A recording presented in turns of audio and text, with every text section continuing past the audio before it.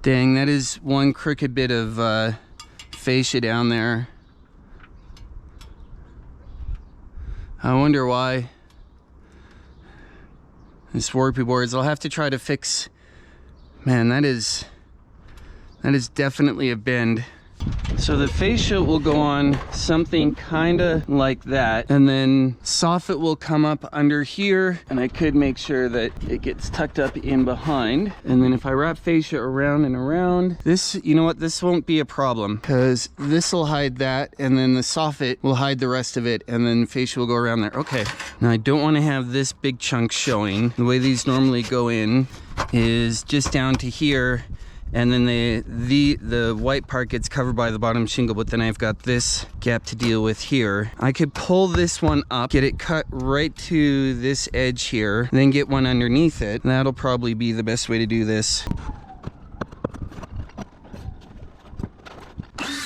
There's this part down here that's going to be really fussy, and there's this part up here that's going to be a bit of a fuss too. So we'll have two parts where I have to do a lot of figuring, and then the rest of it is just going to be pretty straightforward. Just do the work.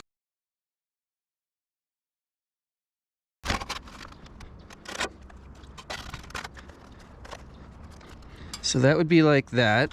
If the fascia can come up to there and tuck in behind, we'll be okay. All right, so we'll grab some goop, and then we'll get these two pieces put in, and then the next piece will overlap here. Get this slipped back in underneath, pushed all the way back, push it down, line it up to that edge, make sure it's correct this way with the length of this. It looks pretty good.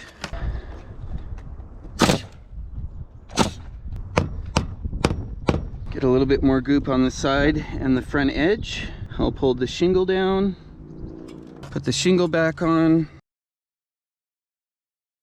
get a bit of goop on these previous nail holes. They're underneath, so we should still be pretty safe. This one will slip up underneath there. Come on, I know you want to. There we go. Get pushed back that way, flush with the edge. We'll get a bit of goop underneath here, and then we can nail this one down, and then we can start the next course. Bring it back from this edge just a little bit, but we're overlapping this edge. Now that's not going to go anywhere, and we can continue. As soon as we check one more time to make sure we didn't make any colossal mistakes. This will get slipped up under here, get pushed up basically to the edge here, slipped in behind even. That'll be difficult, but it'll be doable. There we go, slipped in behind, and be about like that, except without the messy tar fingerprints. We'll cut our 10, 20, 30s.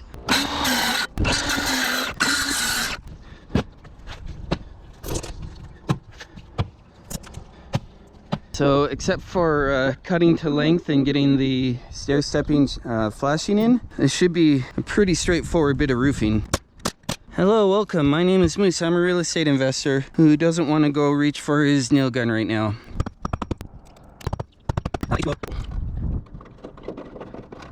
I'm so glad I got these big shears. They're so nice for this.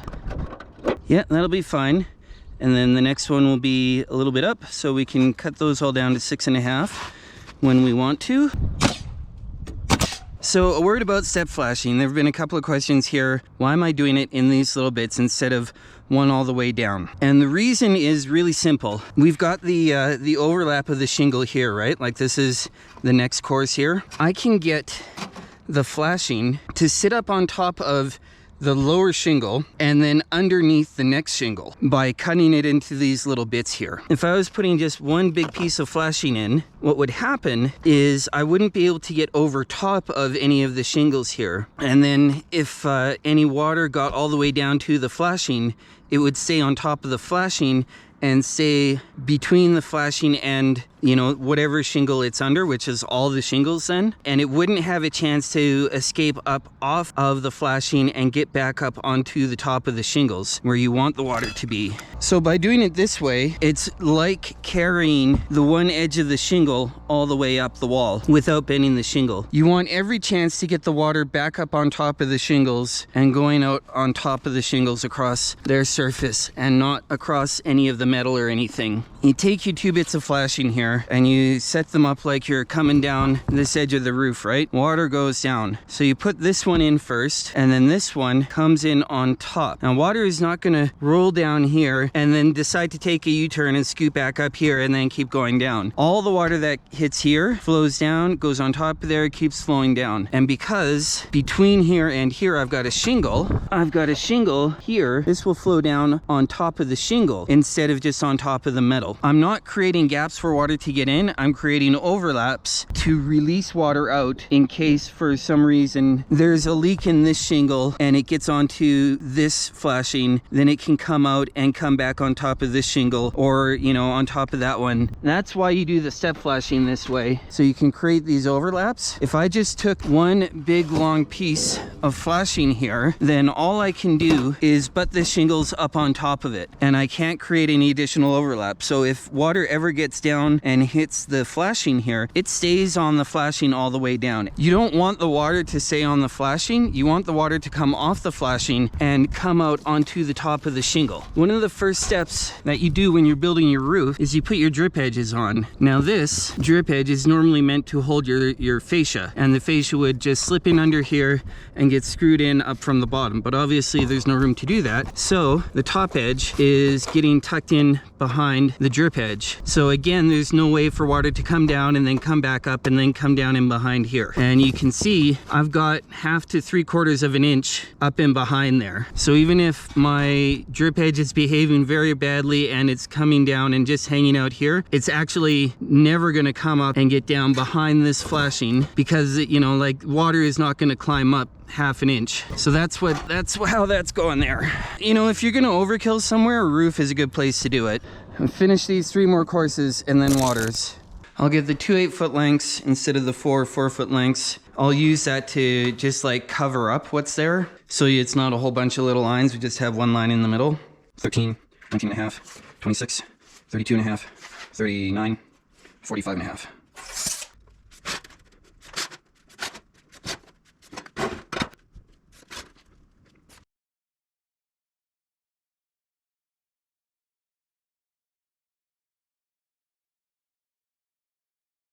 The next thing is a day off.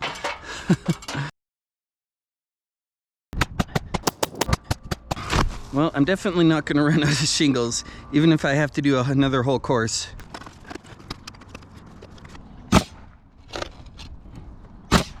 Okay, let's do this sheet metal work.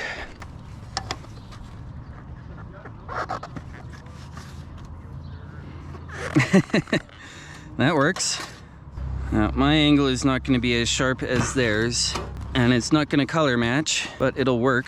I don't even have Kleenex up here. How do I not have Kleenex up here? I just smear the goop around, Moose. Whoa, hello. Excuse you.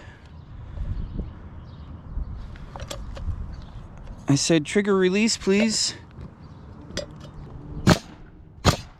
Now we get to try to slide. Well, if we're gonna go another one over this way, we can actually put it in on top of this. So we'll go from a point there, except it won't be a point, it'll be a little bit more than just the ridge line, but we're getting close. We have to come out, we'll call it here. Well, we'll go 2.5 to make it easy to mark. And we need something 12 inches long. And then at 12 inches, we come up 2.5 again. So that's 12 at the bottom, but we go 12 on an angle here and up to 7 inches. Let's mark 12 here. So we want to be back about 2 inches. So back about 2 inches is about here. And we want it to be up 7 from there. So we go 9.5 here. And that should be, I connect the dot here to here. And then 9.5. And a definitely straight line that way. So this will be my little lip that folds down and comes this way. and hopefully this shape matches this shape, and we'll see how far off we are.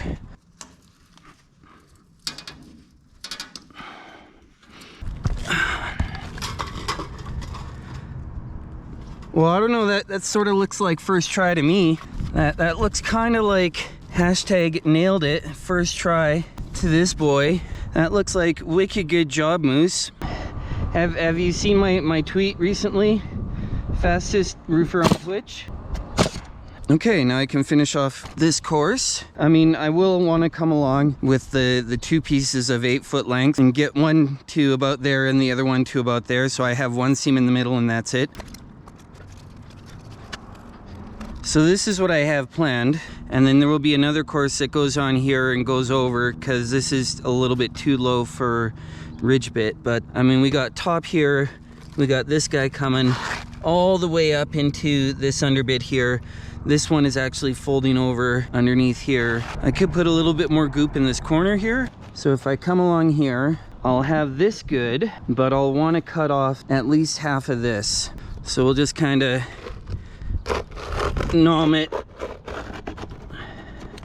just to be enough to nail over with and not be visible when I get my ridge cap on, so that'll be fine. So we've got to do that for 1, 2, 3, 4, 5, 6, 7 pieces and get one cut to length.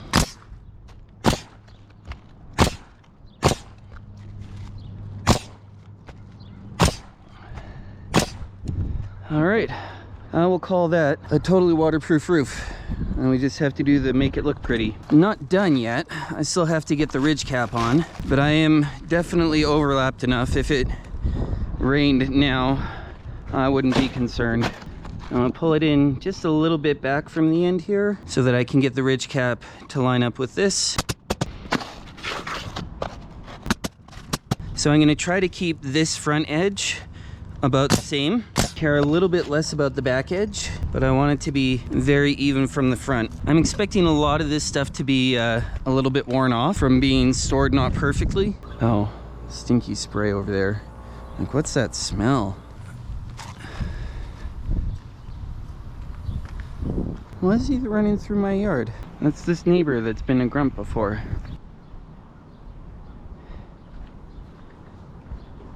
Can you not bring the chemicals through my yard, please? Okay. And you're bringing them through my yard. Huh? Don't bring those through my yard. My yard. No, you're in my yard. Don't bring your stuff through my yard. Okay. Hey, look right off, okay?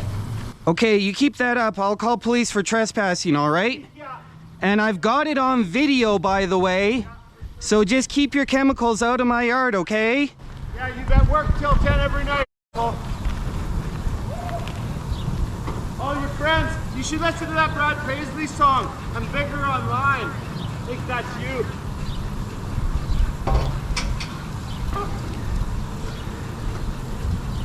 Anyway, just build your house and get out of here. We don't want your kind around here. Oh, my kind, huh? What kind is that? Who's your kind, baby? Okay. Just keep out of my yard. Yes, sir. Yes, sir.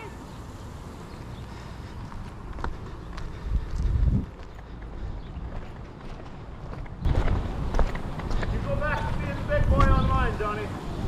I'm going to get a call in and get on record. I don't go out of my way to dox myself. Sometimes it happens accidentally, but I knew there would be all of those questions, so I wanted to have that muted. Someone will be coming by so I can, you know, at least have on record. And as the song goes, I fight authority, authority always wins. Dang, I'm gonna have to open that. I'm gonna use like 2 pieces out of it, and then I'm just gonna have a ton of leftover. Oh well, that's what happened with the garage too. Oh no, I've got more there. I'm good, I don't have to open this. No one noticed my other ridge caps there. Come on. There we go. It is gonna go a lot slower now that I have to hand nail these. I get to that edge and make it look pretty and I'm done shingling. Now if I want it to be a real butt, you know what I'd do? And fire up something that creates a lot of sawdust and fire up a fan and make sure all the sawdust flows that way and gets into the new shield stuff that we put on the sidewalk, and then it would be embedded. But I'm not gonna do something like that. So the way you end these off is you get just a decorative bit here, another row of tar in here, and you get 2 more nails in it from the top. You tar those nails, and then you have finished your roof. Last shingle.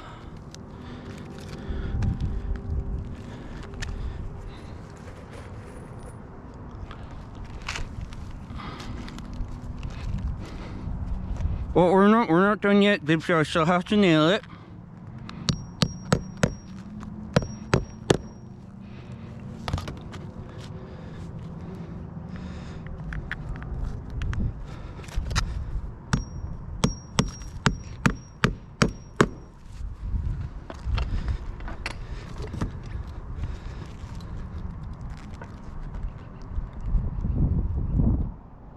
Yeah.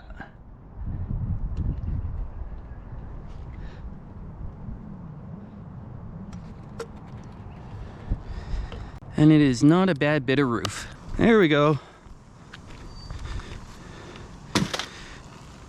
It's showtime. How goes? How are you?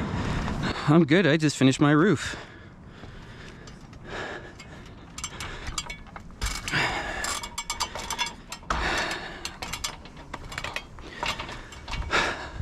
How can I help you?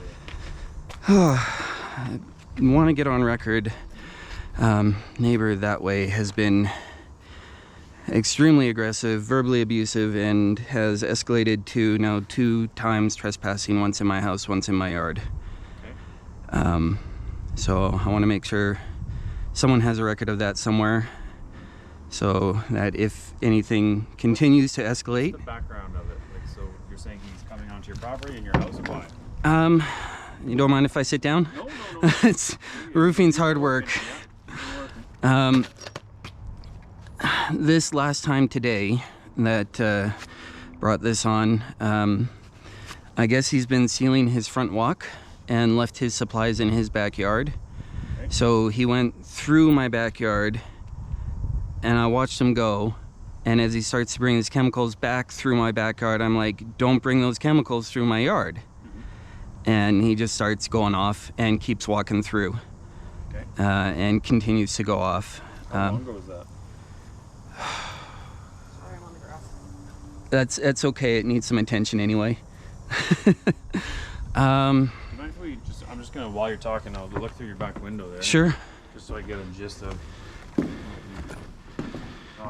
Welcome to what a house looks like after a fire. Well, looks like you're doing a good job. I'm sure trying. Well, that's not helping at all. He walks through your yard? Like, Yeah, he came around the side, went up that way, right through the middle of the grass, no less.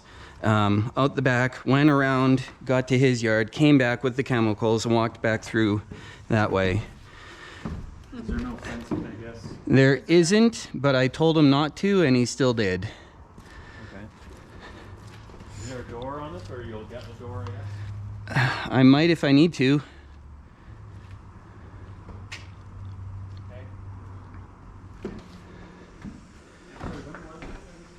Let me see here. Well, no, this one was just today. Let's see if I can find, because I actually got it recorded, him doing it, if you want to see. I don't know if that helps. I'm just wondering if it actually tells me what time. This might update. It says 5 minutes ago, an hour ago. So. With the camera. Oh, that's your. That's my GoPro. Okay. So there's audio with it, but I'm just like, don't do it. And he just keeps going. And at this point, he's just like swearing up a storm and stuff. Yeah. Okay. So he's not allowed on your property. This is not the first time. There was one other time I was working on getting my sheathing on that side of the house, Sunday afternoon, and he actually comes into my house and starts swearing at me from inside my house. And I've got that recorded too, if that helps. I don't know when you guys want Into anything. your home? For what reason? He came into my home that time to come and yell at me and tell me to respect the neighborhood and all of this old guy stuff. Okay. We're gonna go talk to him. Yep. Obviously, he's not allowed to do what he's doing. That's what I thought. Coming through your yard, whether it was gated or not, makes no difference. The offense he's committing is trespassing. That's what I thought. Okay? It's private property. There are a few things like that need to be in place, like for certain business stuff, like posting, all that kind of stuff. But then there's also I would figure if I'm here and telling him, it's a common understanding, like gates, fences, it's a natural barrier. He should understand it's not his place. I would still highly recommend get a fence. Just get doors and stuff. Yeah. Just to enclose it. At the end of the day, we're gonna go talk to him. Seems like you've got enough, if this were to occur again. We have obviously save all those videos, that kind of stuff. Yeah, they're all saved. I will make note specifically of today after our conversation that any additional occurrence should be dealt with by because essentially our option is write tickets, right? Yeah. A ticket for trespassing is what would happen. If it gets to a point where he then ignores and continues to do this, he's coming in, all this kind of stuff. Restraining orders, harassment, all that kind of stuff. Okay? His response is likely going to be that he doesn't like that I've been working into the evening. Yeah. As far as I can tell from looking at the bylaws, I'm good until 10 on most days. Correct, weekdays. Yeah. Sunday, I think, is 9. Yeah, Sunday is the one day where it's a little bit shorter. Yeah. Essentially, I think 7 to 10 is what's called daytime. Yeah. You're allowed to. So I've never gone past that, but that's going to be likely his main complaint about me. Yeah. Also, he thinks I'm a loser, so. Well, and I know in some places that's just the worst, but. Well, I couldn't build my own house, so I give you a lot of credit for that. I couldn't do 99% of what you're doing. Well, I'm sure you could if you wanted to and wanted. Really? What happened? Oh, no. If I tried it. Oh, yeah. If you took the time, everything I know how to do, I learned from YouTube, right? Yeah. So it's just, go and learn it. Make sure when you don't know something, you look it up and find an answer instead of just kind of guess. And that's about it, really. Well, good for you. Well, we'll go talk to him. For today, we'll, leave it at that. I'll make the notes. Everything is recorded. So if you were to call again, there's all the notes, the next officer to see. Sorry, someone's yelling in my ear.